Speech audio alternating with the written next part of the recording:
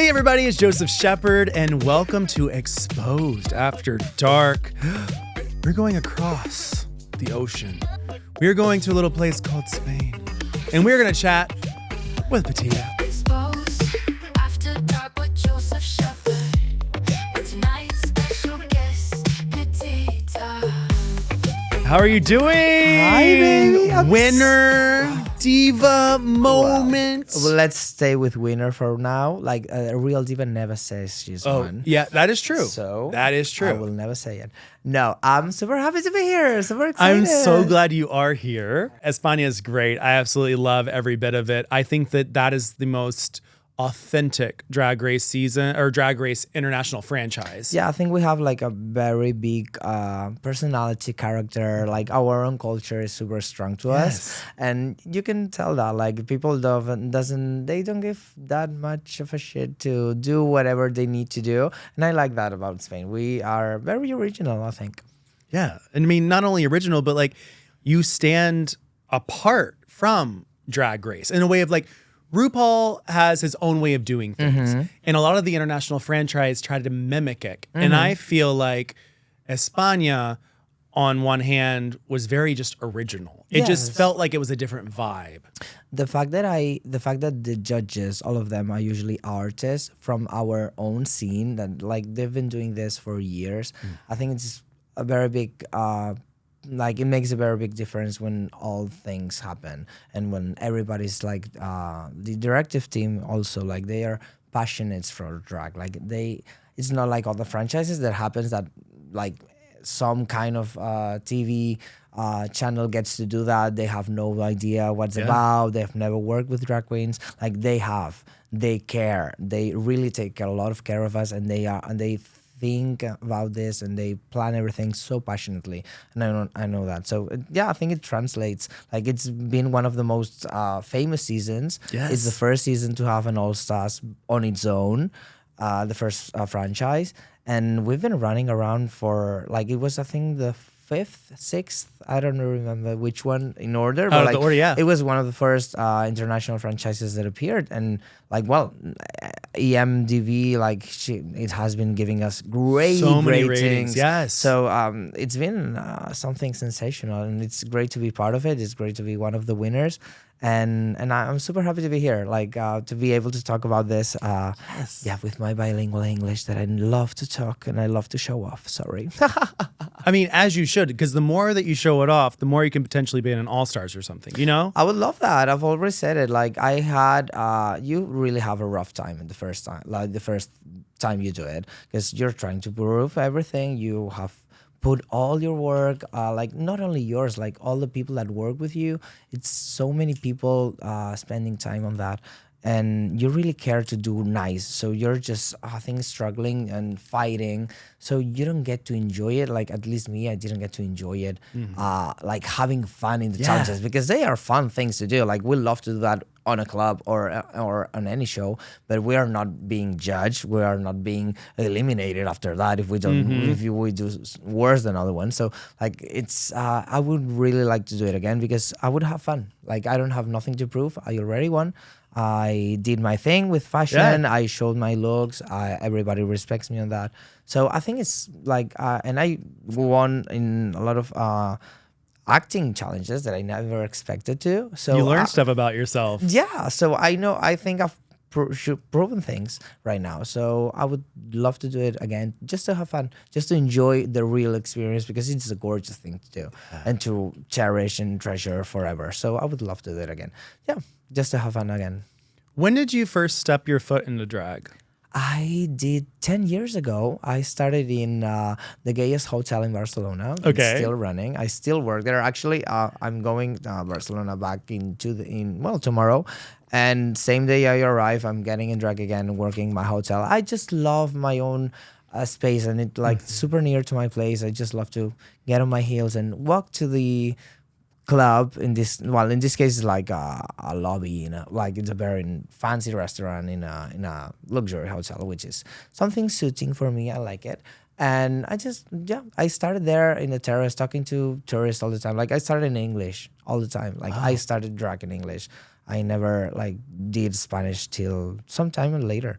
So yeah, that's why I started there. I just was doing it sometimes because when you're very young, you need to, I think, focus on real things that will give you like a decent or a stable job. Like drag is very unstable. Yeah.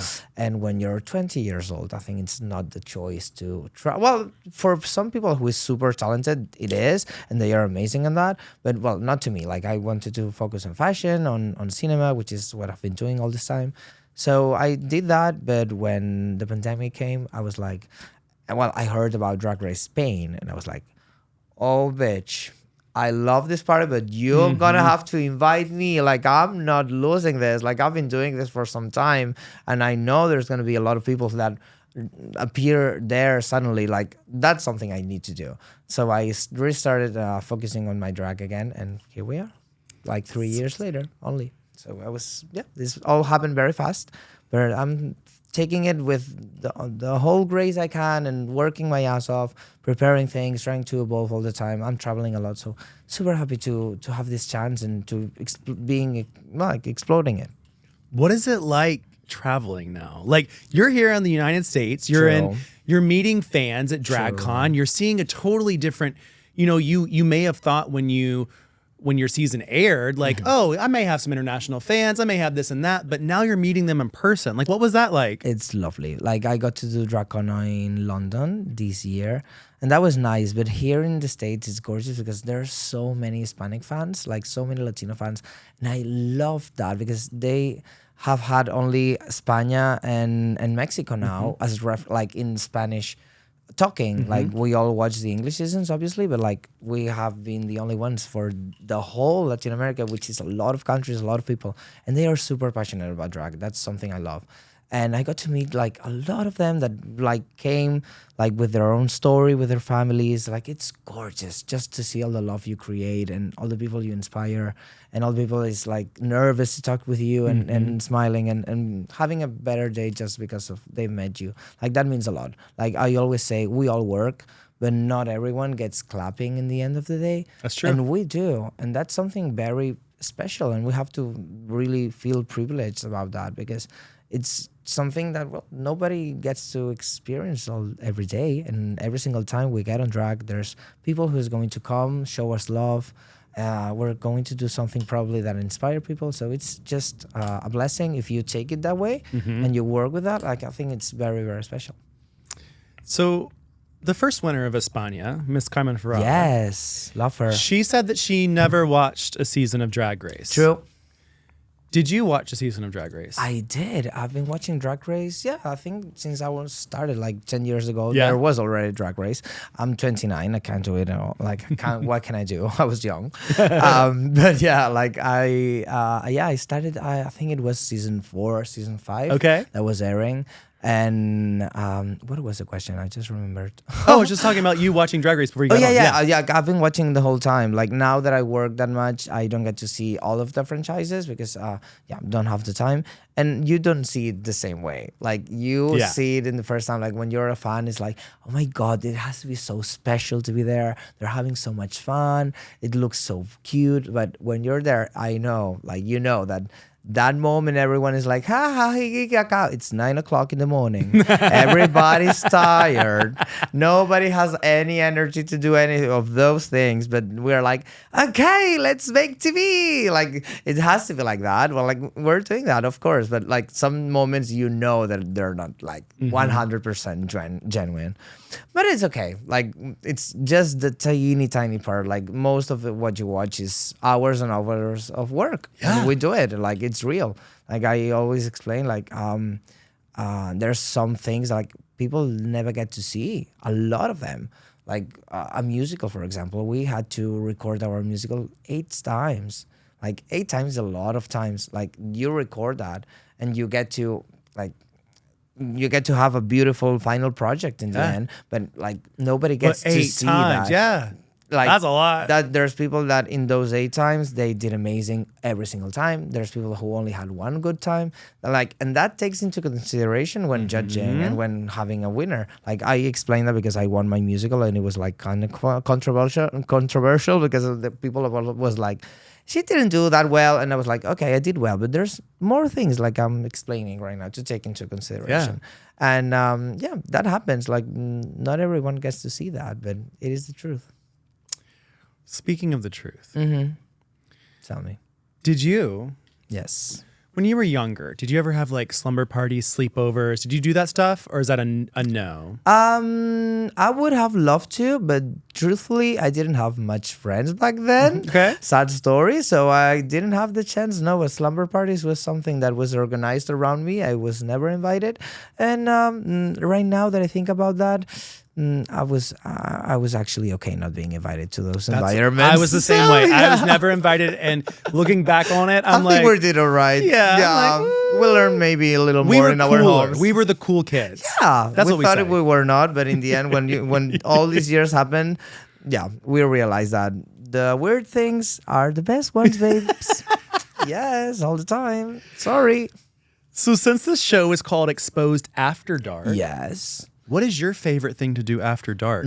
Okay, I love to go clubbing to my favorite club in Barcelona. Everybody knows me. Like I've performed there for years, so it's just a safe space. But it's just actually the best disco in Barcelona. If you ever come, text me. I will tell you where to go because it's like everybody loves it there. It's just gorgeous. I just get to see all of my friends, acquaintances, fans. It's gorgeous, and I get to know everyone, and that's the place I like to go when I'm not working. But it's usually on Sundays, so I'm usually working and I can't do it. But when I can, I just love to get after dark lost there. Yeah, with all my fans, my menses. It's all fun.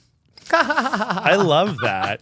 Well, when you are performing and you are in Spain and you're performing, what is your show like? Like what can people expect? Because I bet like here in the US, it's totally different. Yes, I imagine.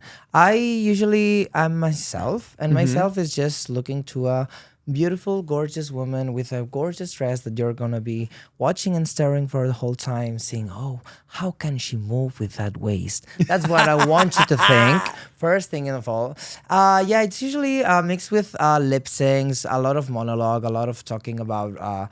I'm actually a very weird and funny person to my private in like circle, and people don't know that about me. But I'm very stupid. Like all of my friends are usually cackling all the time around me, and it's like I like to do that on stage so people can see now after the show, especially that maybe some people saw me as a more uptight person or something like that.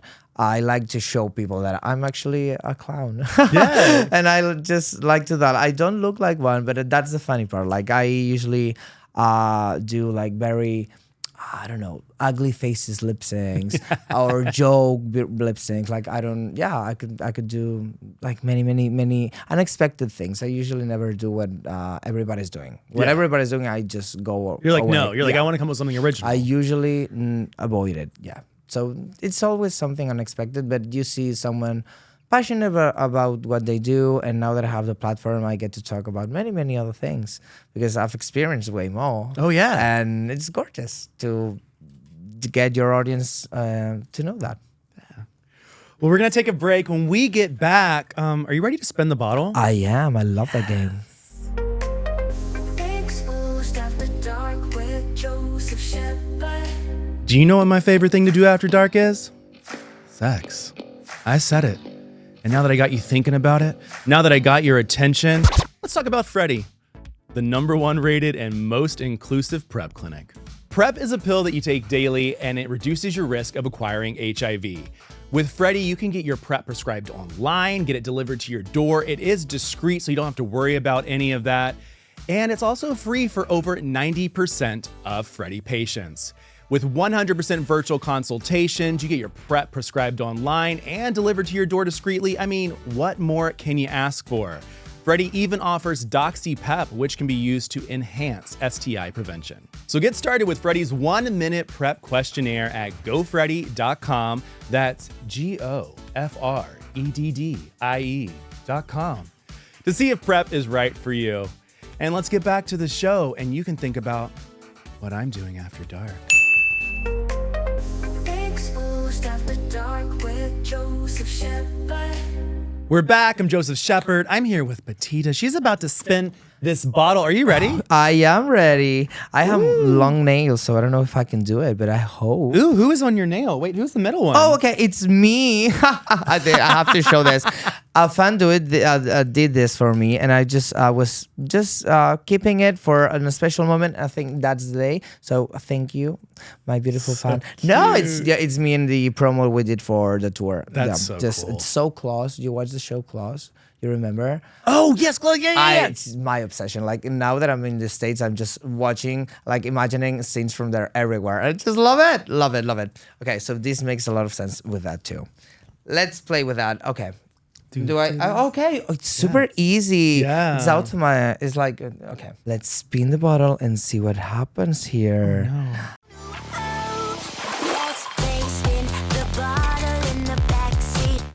Back in the closet. Back in the closet. So I am going to ask you 3 questions. All right. You only have to answer 2, Okay. and you can send one of them back in the closet. Fabulous. But you won't know them all up front. I'm going to give them to you one by one. All right. So I need to just You need pass to on think one. yeah. Yes. Okay. Okay. Understood. Who has been the most difficult queen you have worked with, and why? Okay, I would have to do memory. I can answer that one. Okay. Yeah, it's not a bad thing. Like we all have bad days. So okay, I won't say the name, but I had an awful experience with a girl that was just working with me, and suddenly one day we were arriving to a gig. She was late. I was there already, like a private thing for these rich people that just want to get surprised by 2 drag queens that are like, hi, like very stupid thing. And suddenly I was waiting for her, and she called me saying that I was sabotaging her to arrive late so she wouldn't do the gig, and she was super angry. And I was like, I am freaking out. I am in drag alone in that day. It was 1 o'clock at midday, and I was like, what the hell? Like, I'm your friend. Yeah. I'm trying to get you here so we can do this and go home with our money. Like, this is insane. And yeah, like, we're good now, but like, that was a very hard moment for me, because I was like, how can people expect you to be bad when they're helping you objectively all the time?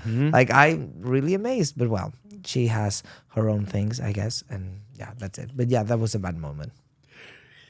Did you steal anything from the Drag Race set? And if so, what was it?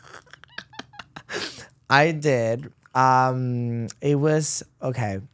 I brought 35 wigs that I would obviously not need, but I just took everything I had.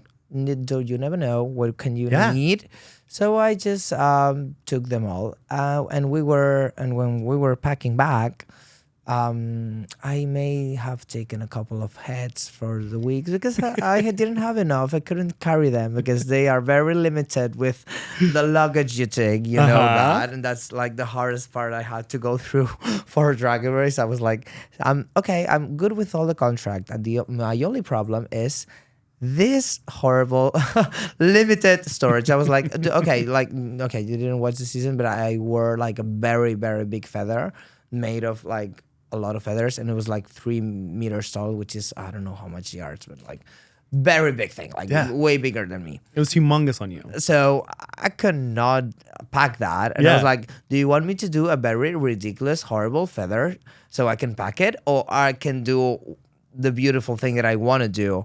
And I was like, that got me mad. Like, why are we limiting on artistry and on people to do great looks that maybe will not be able to do? Like, so yeah, I fought a lot of that, a little bit with that, but that was it. Yeah. And last one, you can send it to the closet if you want. I can. What was the worst incident that happened on Drag Race that didn't make it to camera? Yeah, because of the contract, I'm just gonna pass on that one. I'm gonna Okay. send that one to the closet. Back to the closet. Well, let's take a break, and I'm gonna let you spin the wheel again, and we're gonna get Fabulous. into it. Fabulous. Be right back. Exposed after dark with Joseph Shepard.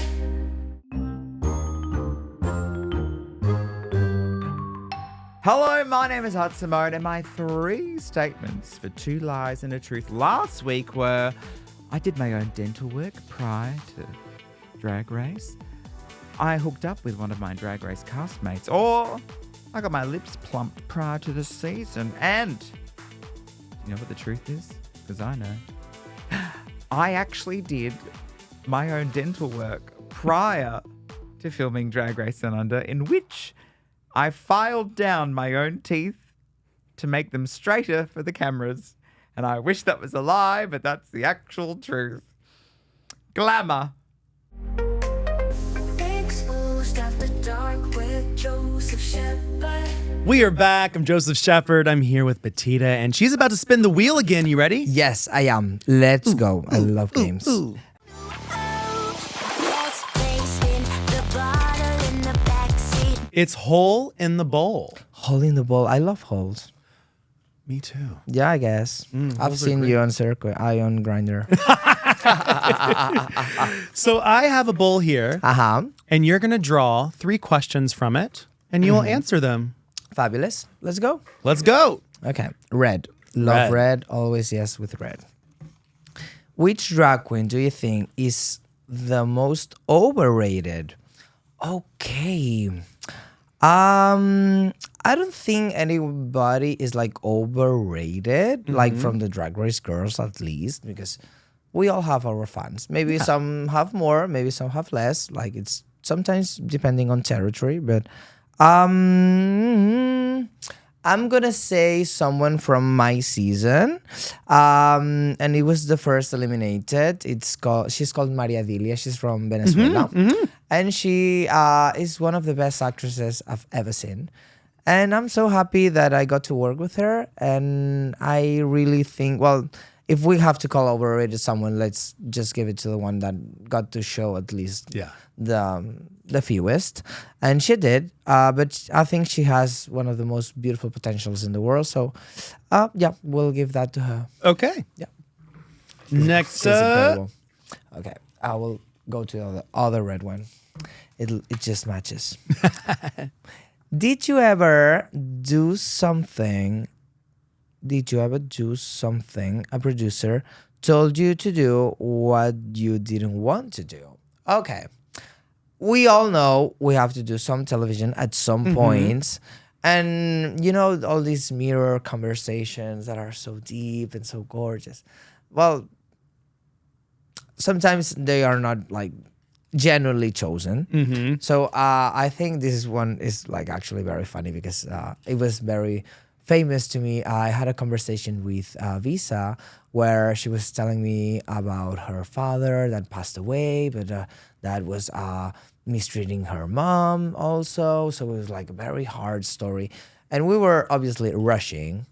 I was doing like a very different makeup for me that day. So I was like, oh, really?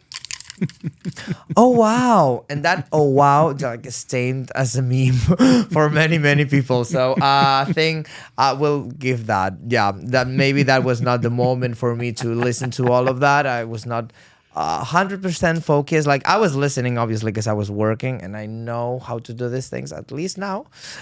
So I was obviously paying attention. But yeah, it's very famous, my moment of really seeming in different movies in that moment. All right, and your last one. Okay, I'm gonna go with yellow, which is my Yellow. best friend's favorite color. Okay. Was there anyone on your season that you believe production favored? No. I will say this. Probably people think that I'm the most favored. At least you said that before. No, but I think what I said before, I think there's many things that happen behind camera that are not seen and never taken into consideration. I won 4 times, and people they just complained a lot about it. But the truth is that both, all of those 4 times, I was there doing a pretty decent job. And there's also something I think all the time, in the end, whoever wins, I think it's a combination between the challenge and the runways. And sorry to be a little full of myself right now, but I think my runways were very strong every single day. So it was something that would always give more credit or more points to whatever I did with the challenge. Yeah. And I did pretty good on the challenges. And the fact that obviously not everyone kills the runway every day. There was a lot of strong fashion girls in my season, Bestia, Paquita, Ornella, Pinchadora. They did a great job on the runway, I think. But obviously there was always someone who is the best. And I think I was very close to that position many, many times. So that thing happens. And when you do good and when people see that you are doing good things happen sometimes. And it's I like to think, as from my experience, I like to think everything is quite fair whenever we see it. And I will just believe whatever they tell me, because probably that's the truth. Yeah. Probably. Sometimes it may not be. There's always weird things, obviously. But for the most times, I think it is. So, yeah, that's it. Are Just you defending ready? my case. Are you ready? For what? Pictures from your past. Oh, yes, please. I will love a lot. I guess. All right. Well, I'm okay. going to show you some pictures. If it's in drag, it's going to be horrible makeup. And I'm I so would sorry for love that. to know from you what Okay. you were feeling in this moment. What was happening? Okay. Let's go to... Oh my God. Okay. This happened. Okay, I can't say that. This happened very near to filming.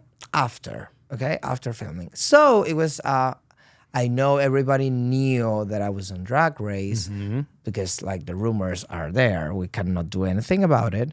And it was my first gig, big gig that I would have at least 150 people watching me. So it was quite a decent audience already to be coming back. So I did my hair. I did that hair on purpose for this look. I put my tits out and I did a show sewing a dress. That gig we have to do the same show 6 times. I don't do that anymore, but I used to.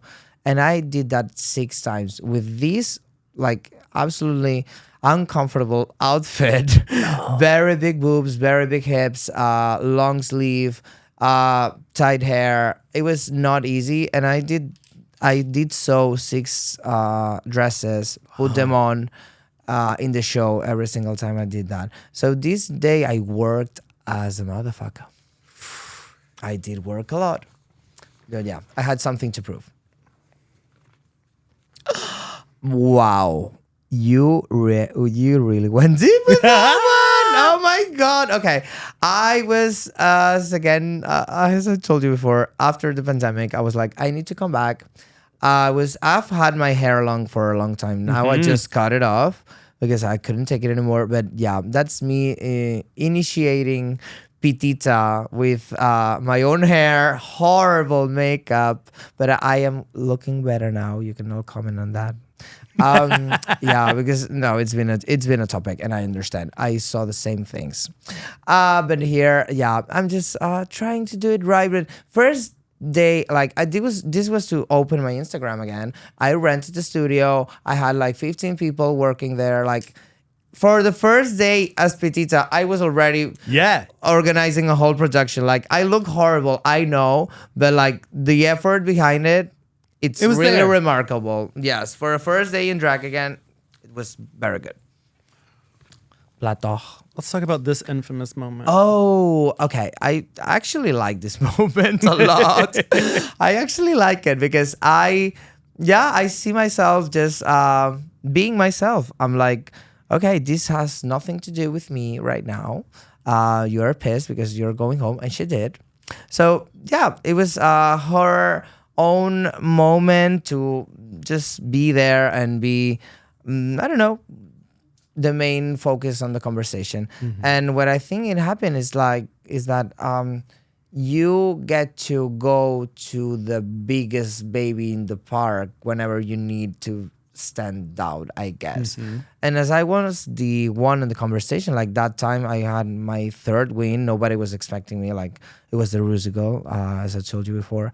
So nobody was expecting me to win that week. But the runway was a thing. We had to do 3-on-1 looks. We couldn't take anything away from this self outfit. Like everything has to be sewed. It was super crazy. Like the hardest runway of all. And I did very good. And there were some disasters there. Let's say that. And yeah, she just came for me. I just drove it the best way I could. And you can see me there saying, this has nothing to do with me. And in the end of that chapter, she is going home and I am winning. So, Well, speaking of you winning, let's talk about this moment. all right. This moment, I was so exhausted. Like you have no idea. Like when you get to the real final, when you record all of that, you've been doing like the single, the music video, recording that because you don't record that in the same place where we film everything. Obviously, I'm wearing the same ring. Sorry, but yeah, and I was so very exhausted, but at the same time so happy when. What they did in our season was to split. We were 4 finalists. So that day they decided only 2 of us would reach to the final lip sync. So I was chosen one of those, obviously. And that moment I just felt so relieved. Like I knew I had the most beautiful thing about it is that obviously you have the chance to win. We record the endings. Everybody knows this. But you get to spend all of those months thinking that it's you. Like whether one of both, like it has to be one of both. And that time, that's gorgeous. And that time I knew I would have those beautiful months. Like that moment I needed to. And like my body was aching. I couldn't do it anymore. I was absolutely exhausted. Look, you can tell by my face. Like I'm not looking good at all. But but it was really a relief to know that we achieved that. And whatever happened from then on, it was all right. Yeah. Because we made it. Like it was all right. And I had my earrings, they were so big, I had them glued down with super glue, which is something you can't do, you shouldn't do. And I was like, really? Can I take this off, please? We already recorded everything. Like, please. And they're like, no, you have to do the socials now. There's many videos to be done with the crowd. And we're like, and everybody was starting to go to have a beer. Like, that's like the last day of recording. So it's like the final party. And everybody was going to drink and we can't there. And I was like, please get me a beer. I need one. So yeah, but it was a beautiful moment I cherish. Yeah. You did great on your season. And I know that a lot of people can have different opinions on anything, but you did win 4 challenges. You did fucking kill it. You did have great looks. You did kill the acting challenges. Thank you, baby. I was rooting for you the whole time. Thank you. You have great taste. Yes. I do. That's what I say. That's to why everyone. you're here right now. Well, yes, it's super special to be the first from Drag Race España because there's more Spanish queens here. But yeah, and I feel super privileged. I am. Thank you so much for being here. Thank you for having me. chatting with me. Thank you for having me. Where can everybody find you on the social medias? I'm in Instagram. Obviously, it's called Pitita Queen. It's not my surname. It's just for socials. Pitita only is taken. It's Pitita. And also in Twitter. And you can find me in TikTok, but I do nothing there. Sorry, I'm too old for that. Hate it a little bit. But no, I'll be back. No, you can say that. I'll be back. And if you have not watched Drag Race España, check it out. Like literally, if you're here and you have no idea and you just watch this interview, go check out her season. Season All 3. my It's sisters amazing. are as good as me. So please go watch it. And yeah, you're going to enjoy it a lot. It's a gorgeous show. I can tell you that. Well, I'm Joseph Shepard. Make sure to like, comment, subscribe, and show Pitita some love on her social medias. Until next time. Bye, guys. Bye. Wow.